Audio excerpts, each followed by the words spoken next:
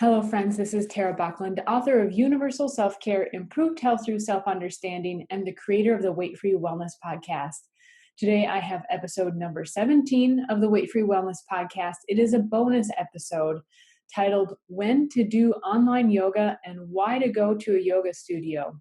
You know, it's convenient to take an online yoga class, but I much prefer going to a warm, cozy studio with a great yoga instructor to guide me through a yoga practice. No distractions, no problems. Sometimes the time and financial resources it takes to go to a studio are limited. In this case, online yoga classes can sound appealing, but are they right for you? And that's what this podcast is about. As I began taking online yoga classes, it occurred to me that I take a lot of my advanced yoga training and yoga history for granted. I modify poses for what I need and want, and it occurred to me that online classes are convenient, but perhaps not ideal for everyone.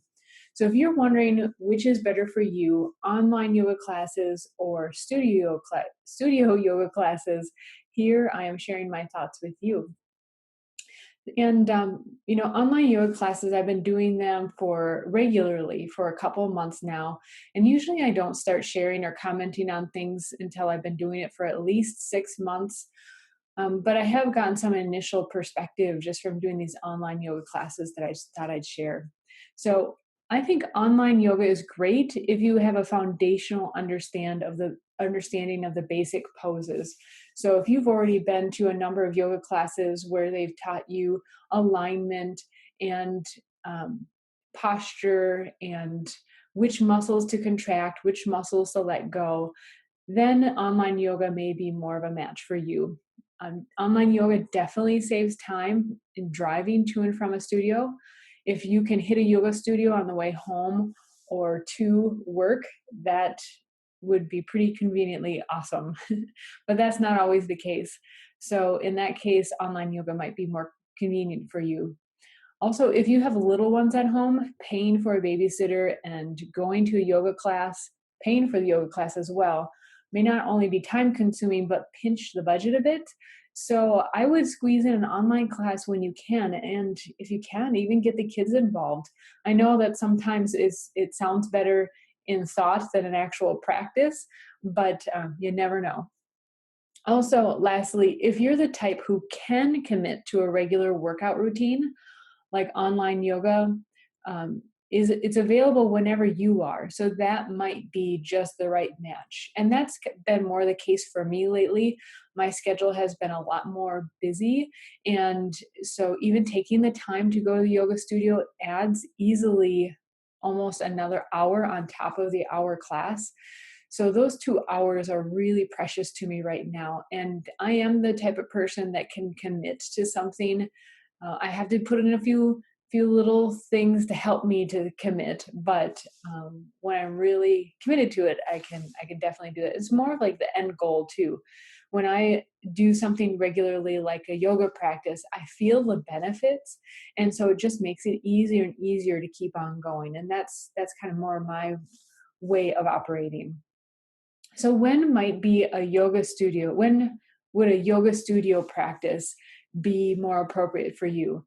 And in my opinion, and I'm emphasizing this is my opinion from my experience and from my advanced teacher training, I would say that beginning students really should go to a yoga studio to gain the basic instruction from a knowledgeable and experienced instructor who can monitor you and teach safety while moving through and holding yoga postures. Now, this is not just about creating the perfect pose. I'm not saying to go to a yoga studio so that the teacher can help you get the perfect pose. It's for your safety. Yoga is a more gentle form of body movement than most, depending on the style of yoga.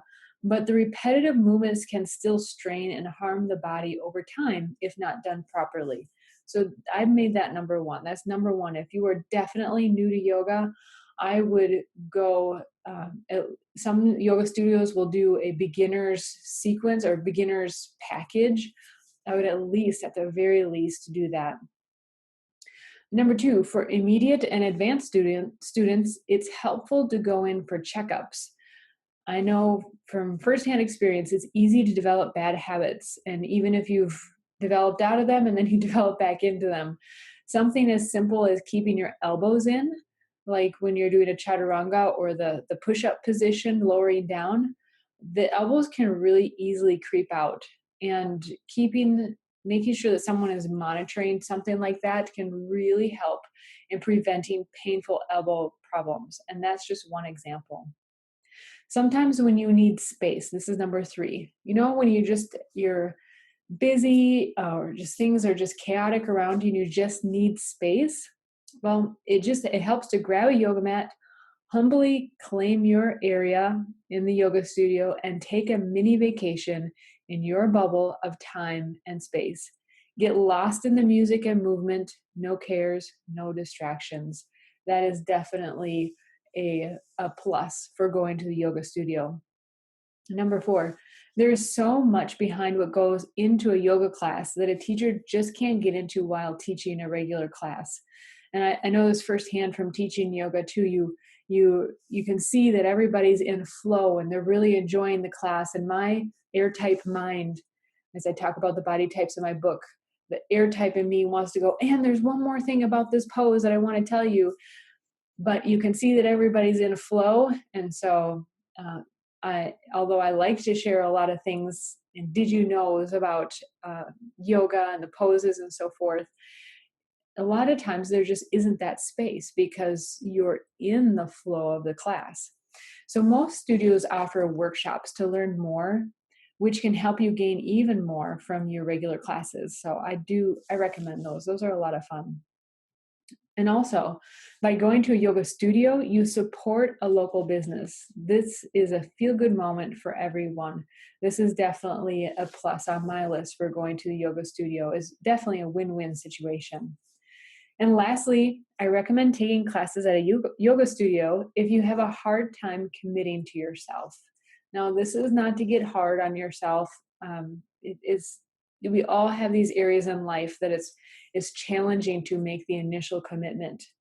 If new routines are difficult, I highly recommend buying a punch card and committing to taking a regular class. Start with 1 class per week if that's where you need to start. For some body types, having a healthy group atmosphere with caring people whom you enjoy seeing and who extol how much they've missed you when you're gone is really helpful way to start committing to a yoga practice, especially for the earth type and the water type body types. Now, on my website, weightfreewellness.com, you'll find in the sidebar that there is the body type quiz. So if you're wondering what the heck this body typing stuff is all about, start there. That's a really fun place to start. Just by taking the quiz, you'll learn a lot about yourself. And then, of course, there's my book, You-niversal Self-care, Improved Health Through Self-Understanding, which goes into more of the details of the body types, their mannerisms, the foods and the habits and the exercises that help keep them balanced. So as you can hear, I'm a big fan of studio yoga, but I've experienced that online yoga fills a significant need and is helpful as well. I hope you found this article helpful. Again, there's great resources at weightfreewellness.com, including more podcasts. Subscribe, join us on Facebook, Instagram.